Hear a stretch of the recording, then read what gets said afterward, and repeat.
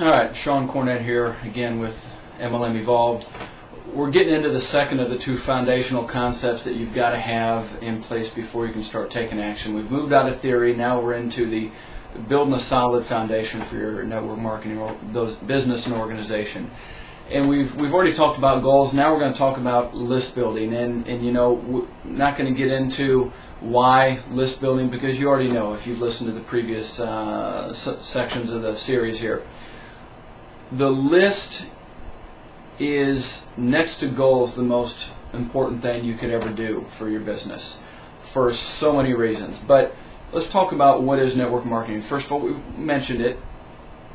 It's about taking a product or service of true value to the marketplace through people that you know, through word-of-mouth marketing, through person-to-person marketing more specifically. Not necessarily word-of-mouth, but through person-to-person marketing. Why not word-of-mouth? Because people are communicating differently these days. We're using Facebook and email and Skype, and you know, it may not necessarily be word of mouth necessarily. It might be through technology, but it's still person-to-person marketing.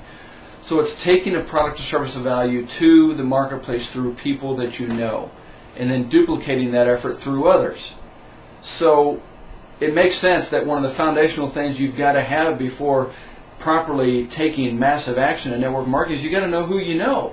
You've got to develop the full true list. And when I mean a true list, this is my definition of a true list. It is every single person that you know or have known of your entire life up to this point in time. It can seem a little daunting, but when you hear the stats like every single person knows 500 or 1,000 or 2,000, I've heard that statistic or survey quoted all across the board. But the bottom line is you know a whole lot more people than you think you know, and you've got to get that out of your brain and onto paper before you can ever take action. I've done this so many times with so many distributors and folks in my team, and every single time that we've done this exercise, it's just blown people away. When we've done it right, when we've made and developed a true list, and what that takes is probably 3 or 4 or 5 hours. I mean, this is not a little sit down one evening for half an hour and jot down some names. This is taking it seriously. This is a word-of-mouth business at its most core fundamental factor. And so you've got to know who you know before you take action.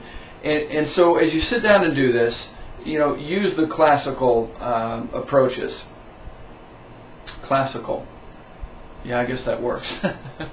I've been known to use terms like scientifical before, and sometimes I have to stop, back up, and realize if I'm using words out of the dictionary or not. I've dropped out of college, so sometimes I come across a little unorthodox. In any case, when we talk about the list, you just got to go. Use a memory jogger. Start with your cell phone list. Start with your email list. But use the phone book and go through the different professions and use the memory jogger that your company has probably provided you. And sit down, jog your mind, and go for nonstop for as long as you can go until you slow down. And then when you slow down, take a break. And start to go at it again. You think of not only who you know, but who you know through other people. Who does that person know? And who's the neighbor of that person? And who fixes or cuts that guy's lawn? And when you're building your list, you don't necessarily even need to know the name of the person. It could be that gal or guy that works at Starbucks that you get your latte from every morning. It doesn't matter whether you even know their name. They need to be on their list if you know of them. And even if you don't have any clue how to contact the people that you're putting on your list, that's fine.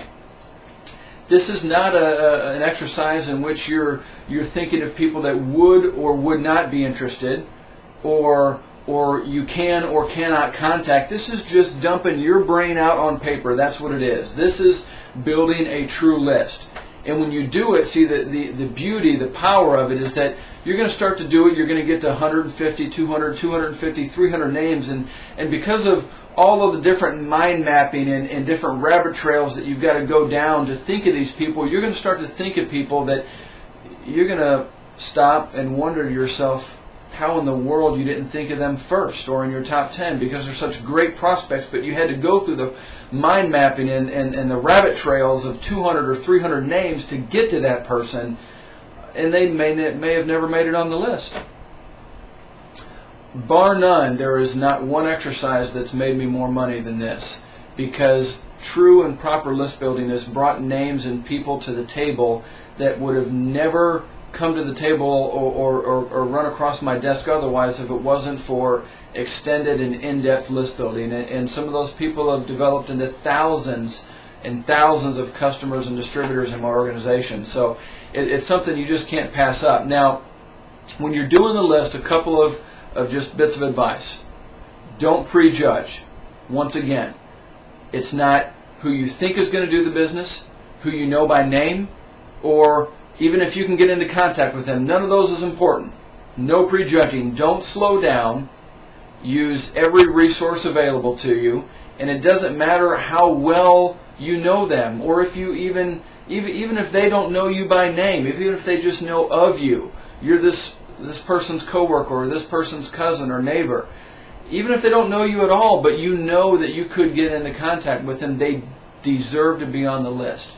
They deserve to know about what you're doing and the value that you're bringing through your business. And finally, don't get scared. Don't think of a name and, well, I can't contact that person. They're way above my pay grade.